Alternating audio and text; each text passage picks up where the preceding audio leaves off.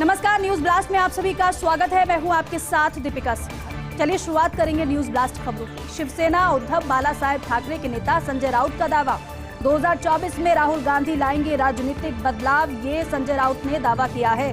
पिछले साल कांग्रेस नेता राहुल गांधी का नेतृत्व प्रभावशाली रहा। अगर 2023 में यही क्रम जारी रहा तो बदलाव देखने को मिल सकता है। अगले आम चुनाव में देश में राजनीतिक बदलाव देखने को मिल सकता है। शिवसेना के मुखपत्र सामना में संजय राउत ने कहा है कि भाजपा को नफरत और विभाजन के बीज नहीं बोने चाहिए। ये संजय राउत का बड़ा दावा है। उन्होंने ये तमाम बातें कही हैं। तो संजय राउत ने यह भी कहा है कि पिछले साल कांग्रेस नेता राहुल गांधी का नेतृत्व प्रभावशाली रहा है। अगर 2023 में यही क्रम जारी रहा तो बदलाव देखने को मिल सकता है। अगले आम चुनाव में देश में राजनीतिक बदलाव देखने को मिल सकता है। शिवसेना के मुखपत्र सामना में संजय राउत ने कहा कि भाजपा को नफरत और विभाजन के बीज नहीं बोने चाहिए।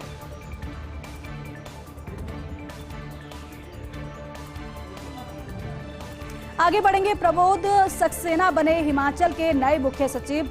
हिमाचल प्रदेश कैडर के 1990 बैच के आईएएस अफसर हैं सक्सेना। निवर्तमान सीएस धीमान की जगह लेंगे वरिष्ठ आईएएस प्रबोध सक्सेना। सीएस के रूप में मार्च 2025 तक रह सकता है प्रबोध रह सकते हैं और सक्सेना का ये कार्यकाल। वहीं राम सुभग सिंह, संजय गुप्ता को भी सीएस पद के बराबर की नियुक्तियां। वरिष्ठ आईएएस राम सुभग सिंह को सीएम का प्रधान सलाहकार बनाया गया। गुप्ता को रोपवे कॉरपोरेशन के एमडी, प्रदूषण नियंत्रण बोर्ड के अध्यक्ष का कार्यभार। सीएस के बजाय मुख्यमंत्री सुखविंदर सिंह सुक्खू को रिपोर्ट देंगे। ये दोनों अधिकारी को अहम जिम्मेदारी मिली है प्रबोध सक्सेना को। आपको बताएं कि हिमाचल के मुख्य सचिव बनाए गए हैं प्रबोध सक्सेना, तो ये बेहद अहम जानकारी है। सीएस के रूप में मार्च 2025 तक रह सकता है प्रबोध सक्सेना का कार्यकाल। और वहीं राम सुभग सिंह, संजय गुप्ता को भी सीएस पद के बराबर की नियुक्तियां मिली हैं और वरिष्ठ आईएएस राम सुभग सिंह को सीएम का प्रधान सलाहकार बनाया गया है। गुप्ता को रोपवे कॉरपोरेशन के एमडी, प्रदूषण नियंत्रण बोर्ड के अध्यक्ष का कार्यभार मिला है। सीएस के बजाय मुख्यमंत्री सुखविंदर सिंह सुक्खू को रिपोर्ट देंगे ये दोनों अधिकारी। चलिए आगे बढ़ेंगे। तेलंगाना में कांग्रेस को अस्तित्व बचाने की चिंता। दिग्विजय सिंह पार्टी के अंदरूनी मतभेद दूर करने में नाकाम हैं। 22 दिसंबर को दिग्विजय सिंह ने की थी दिन भर बैठकें और आखिर में घोषणा रेवंत रेड्डी के नेतृत्व में चुनाव लड़ेगी कांग्रेस। और तेलंगाना प्रदेश कांग्रेस अध्यक्ष रेवंत रेड्डी के खिलाफ असंतोष है। 2017 में तेलुगु देशम पार्टी छोड़कर कांग्रेस में आए थे रेवंत रेड्डी।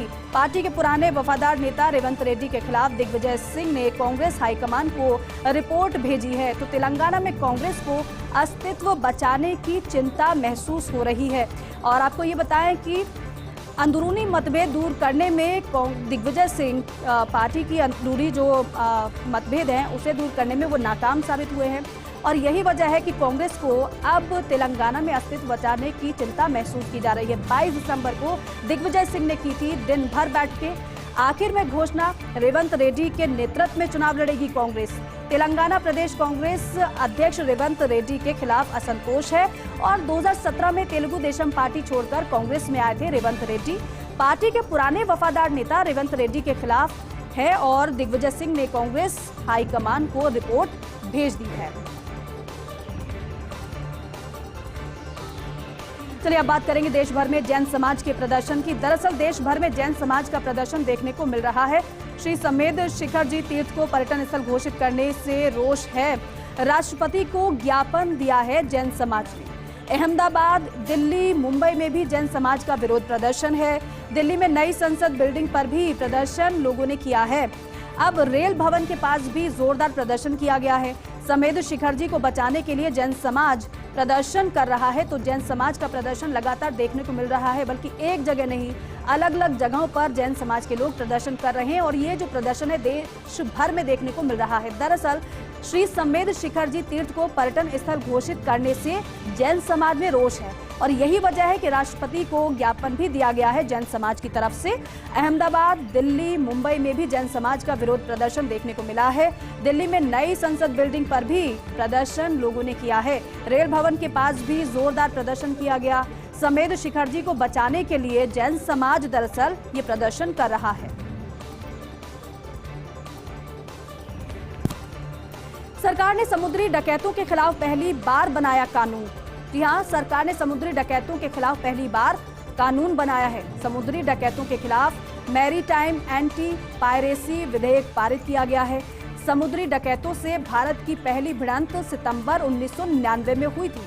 पनामा में रजिस्टर्ड जापानी जहाज एमवी अलोंद्रा रेनबो हाईजैक और इंडोनेशियाई समुद्री लुटेरों ने जहाज का रंग बदला, नाम रखा एमवी मेगारामा। मुंबई स्थित कोस्ट गार्ड ने अरब सागर में जहाज जब्त किया था। सेशन कोर्ट ने समुद्री डकैतों को सजा सुनाई और हाई कोर्ट ने उन्हें छोड़ा। ये था भारत में समुद्री डकैतों से जुड़ा पहला मामला और ऐसी घटनाओं से निपटने के लिए मैरीटाइम एंटी पायरेसी विधेयक पारित किया गया है दरअसल, और ये एक तरीके से बड़ा फैसला इसे कहा जा सकता है। सरकार ने समुद्री डकैतों के खिलाफ पहली बार कानून बनाया है। आपको ये बता दें कि ऐसी घटनाओं से तमाम निपटने के लिए मैरीटाइम एंटी पायरेसी विधेयक पारित किया गया है। और क्योंकि ये डकैतों से जुड़ा ये पहला मामला जब सामने आया था, उसके बाद ये फैसला लिया गया। सेशन कोर्ट ने समुद्री डकैतों को सजा सुनाई, हाई कोर्ट ने उन्हें छोड़ दिया और उसके बाद ऐसी जरूरत महसूस की गई कि कोई ऐसा विधेयक लाया जाए जिस पर इस तरीके से ऐसी घटनाओं पर शिकंजा कसा जा सके। असम में परिसीमन से पहले 4 जिलों का विलय। असम में परिसीमन से पहले 4 जिलों का विलय। 1 जनवरी से परिसीमन, इसके एक दिन पहले फैसला और जिन जिलों को तोड़कर बनाए गए थे उन जिलों में विलय। चुनाव आयोग ने परिसीमन की घोषणा करते हुए दिए थे निर्देश। 1 जनवरी से राज्य में नई प्रशासनिक इकाई बनाने पर रोक है और इसके एक दिन पहले 4 जिलों के विलय का फैसला लिया गया है। तो असम में परिसीमन से पहले 4 जिलों का विलय, ये बात निकलकर सामने आ रही है। अब आपको ये भी बताएं कि 1 जनवरी से परिसीमन और इसके बाद जो फैसला लिया गया है वो ये कि जो जिले बनाए गए हैं उन जिलों में जो एक दिन पहले फैसला लिया गया, जिन जिलों को तोड़कर वो जिले बनाए गए थे उन जिलों में विलय होगा। चुनाव आयोग ने परिसीमन की घोषणा करते हुए निर्देश दिए हैं। 1 जनवरी से राज्य में नई प्रशासनिक इकाई बनाने पर रोक लगाई गई है और इसके लिए एक दिन पहले 4 जिलों के विलय का फैसला है।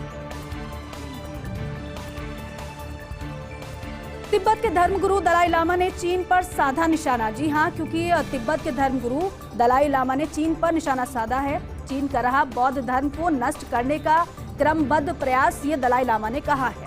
मार्च में चीन की सेना ने गिरा दी थी पद्म संभव की प्रतिमा और दिसंबर 2021 के बाद तीसरी बार प्रतिमाओं में तोड़फोड़ की गई। बौद्ध धर्म को खत्म करने के प्रयास कर रहा है चीन, ये दलाई लामा ने कहा है। और अगर उन्होंने ये कहा है तो ये बड़ा बयान है। लेकिन बौद्ध धर्म में लोगों का विश्वास कैसे खत्म करेगा चीन, ये सवाल भी उनकी तरफ से उठाया गया है। बोध गया में संबोधित कर रहे थे तिब्बत के धर्मगुरु दलाई लामा। व्हाट्सएप वीडियो में भारत के गलत नक्शे पर ऐतराज। आईटी राज्य मंत्री राजीव चंद्रशेखर ने दिए गलती सुधारने के निर्देश। भारत में काम करने वाले सभी प्लेटफॉर्मों को नसीहत दी गई है, भारत के सही नक्शे का उपयोग करने की नसीहत। और बाद में व्हाट्सएप ने माफी मांगते हुए अपनी गलती सुधार ली। तो व्हाट्सएप वीडियो में भारत के गलत नक्शे पर ऐतराज जताया गया है। हालांकि व्हाट्सएप की तरफ से माफी मांग ली गई है, लेकिन ऐतराज जताया गया कि भारत का नक्शा कैसे गलत दिखा दिया गया। आईटी राज्य मंत्री राजीव चंद्रशेखर ने गलती सुधारने के निर्देश दिए। भारत में काम करने वाली सभी प्लेटफॉर्मों को नसीहत दी गई है, भारत के सही नक्शे का उपयोग करने की नसीहत दी गई है। अब अपनी गलती को स्वीकार करते हुए बाद में व्हाट्सएप ने माफी मांगते हुए अपनी गलती को सुधार दिया। ऋषभ पंत को देखने पहुंचे सीएम पुष्कर सिंह धामी। और ऋषभ पंत जो कि एक्सीडेंट में घायल हुए थे, उनको देखने के लिए मुख्यमंत्री पुष्कर सिंह धामी पहुंचे। देहरादून के मैक्स अस्पताल पहुंचे सीएम धामी। परिजनों और डॉक्टर से ऋषभ पंत का हालचाल जाना। और देहरादून के मैक्स अस्पताल में भर्ती हैं ऋषभ पंत। सड़क हादसे में घायल हुए थे क्रिकेटर ऋषभ पंत। क्रिकेटर ऋषभ पंत की सेहत में सुधार हो रहा है। हालांकि मुख्यमंत्री ने उनके परिवार को भी आश्वासित किया है कि चिंता करने की जरूरत नहीं है, सरकार आपके साथ है और पूरा ख्याल ऋषभ पंत का रखा जा रहा है। संजय राउत को राहुल गांधी से उम्मीद की, अब बात करेंगे। दरअसल संजय राउत को राहुल गांधी से उम्मीद है। शिवसेना के मुखपत्र सामना में संजय राउत ने लिखा है 2024 में राहुल लाएंगे राजनीतिक बदलाव, ये संजय राउत लिख रहे हैं सामना में। पिछले साल कांग्रेस नेता राहुल गांधी का नेतृत्व प्रभावशाली रहा और अगर साल 2023 में यही क्रम जारी रहा तो अगले चुनाव में देश में राजनीतिक बदलाव देखने को मिल सकता है।